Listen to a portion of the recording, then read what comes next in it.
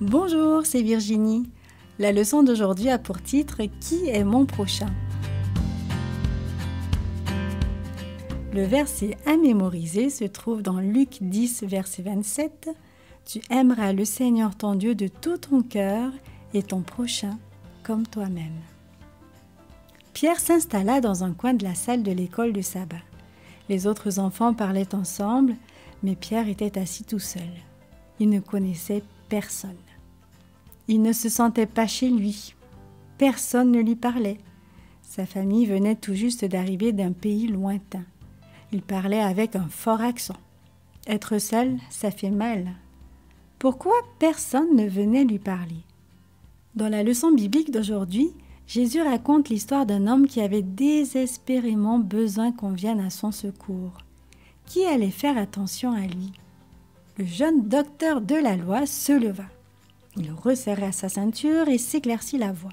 « Maître, que dois-je faire pour avoir la vie éternelle » demanda-t-il.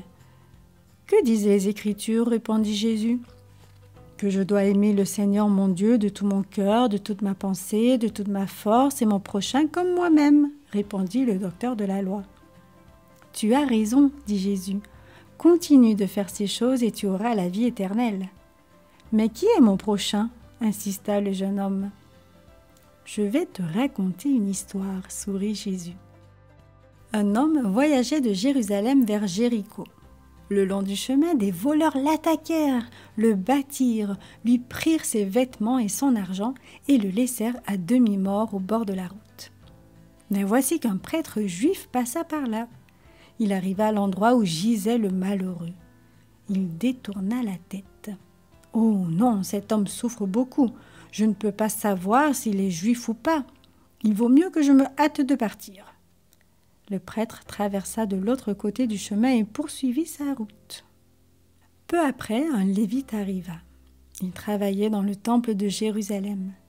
Curieux, il s'arrêta pour regarder le blessé. « Pauvre homme, il est en bien mauvais état.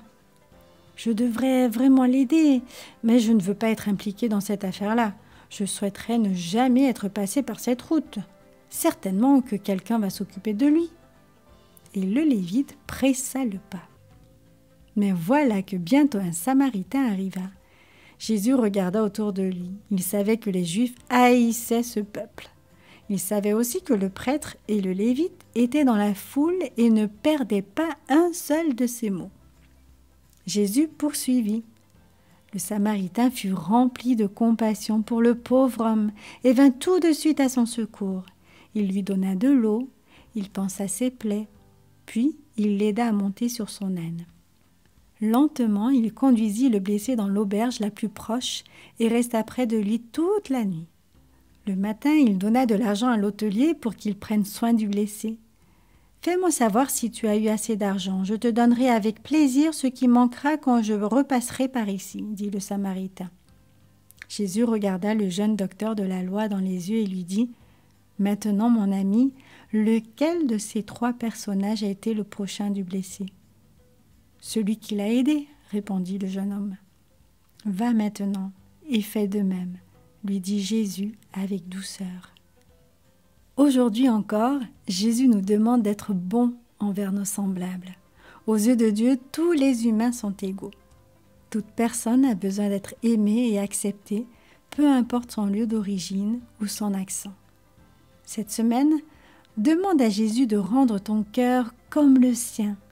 Demande-lui de t'aider à montrer son amour à ton prochain.